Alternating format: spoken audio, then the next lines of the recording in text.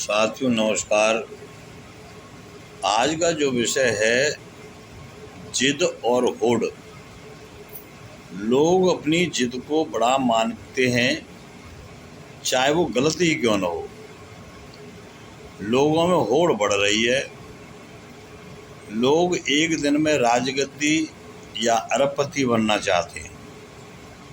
धन की होड़ मनुष्य को बुरे मार्ग की ओर ले जा रही है।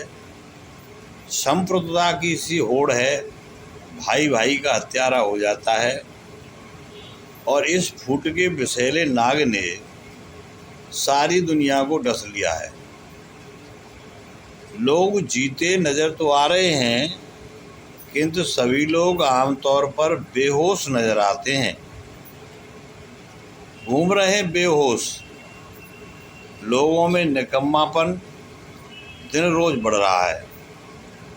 कर्म करके जीना उन्हें अच्छा नहीं लगता है। आमतौर पर लोग चाय की दुकानों पर बैठ कर के व्यर्थ की चर्चा करते रहते, अपना मनोरंजन करते हैं। या लोग शराब के अड्डों या नशे के अड्डों पर बैठ कर के अनर्गल बातें करते रहते। प्रेम, एकता, सुख, समृद्धि की जो भावना है बिल्कुल समाप्त सी हो गई है। जब लोग झोंपड़ियों में रहते थे तब लोग सुखी रहते थे।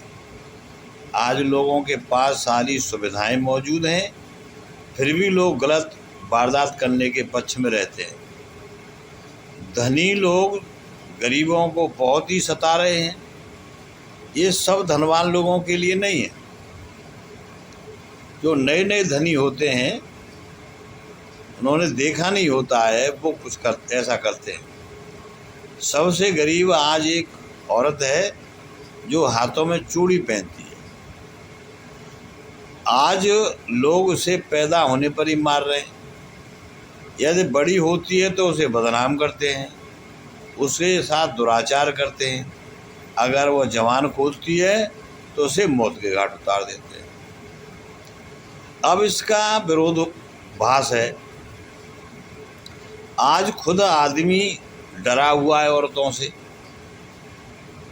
औरत कभी किसी को ड्रम में बंद कर रही है, किसी को नशा में मार रही है, किसी की हत्या कर रही है। तो एक तरह की ये जिद है, होड़ है। स्त्री का सम्मान लोग नहीं कर रहे हैं। स्त्री जो माता है, भाई बहन है, वो भी पुरुष हैं, बेटी है, वही किसी की धर्मपत्नी भी है। वह बेघर स्त्री जो मनुष्य की जननी है, वही मौत के घाट उतारी जा रही है। आदमी कमा के लाता है, पूरे घर की सेवा करता है, पूरे घर की चाबी उसके पास रखता है, लेकिन उसे भी मौत के घाट उतारा जा रहा है। और तो उसकी लज्जा आबरू से खेला जा रहा है। आपस में बड़ा विरोधाभास है। औरत आदमी को मार रही है, आदमी औरत को मार रहा है। कदम कदम पर सुरक्षित नहीं है लोग।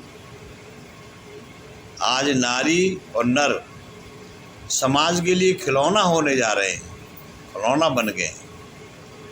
औरत ही औरत की दुश्मन हो रही है। औरत ही औरत के जीवन में विष घोल रही है। औरतों में जलने तथा बदला लेने की बड़ी ही बुरी भावना है, होड़ है। सास ही बहुत ही दुश्मन है तथा बहू सास की दुश्मन है। माँ ही बेटी की दुश्मन है, बेटी माँ की दुश्मन है। माँ बेटों के सामने बेटी की कदर नहीं की जा रही है। ऐसी भावना से, बेटी के बदले की जो भावना से वो घर ही में मारी जाती। भाई बहन पर शक करता है, बहन भी भाई का महत्व नहीं समझती है। शादी के बाद भाई बहन से नाता तोड़ देती है। भाभी ननद को नहीं चाहती, ननद भाभी के खिलाफ माहौल बनाती है। विरोधी विचारों से मनुष्य को नरक में पहुंचाया जा रहा है। ये एक तरह की होड़ है। अतः सावधान होकर ही मनुष्य को आज के ज़माने पर रखना होगा।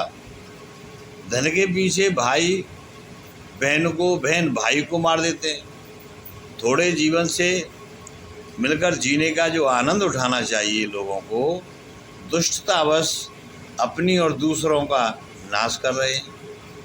आजकल तो दुष्परिणामों की बाढ़ सी आ गई है।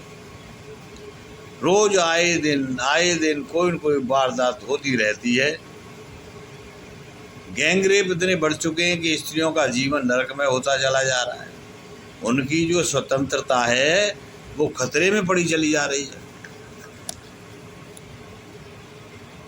जब लोग विचारधारा का परिणाम है, जब लोग या सरकार वारदातों के प्रति अपनी आवाज़ बुलंद नहीं करेंगे या कमर कस के नहीं खड़े होंगे, तब तक ऐसी वारदातें बढ़ती ही चली जाएंगी। बच्चों में जो आध्यात्मिक ज्ञान है तथा नैतिक ज्ञान का अभ्यास है, स्कूल कॉलेजों में नहीं दिया जा रहा है।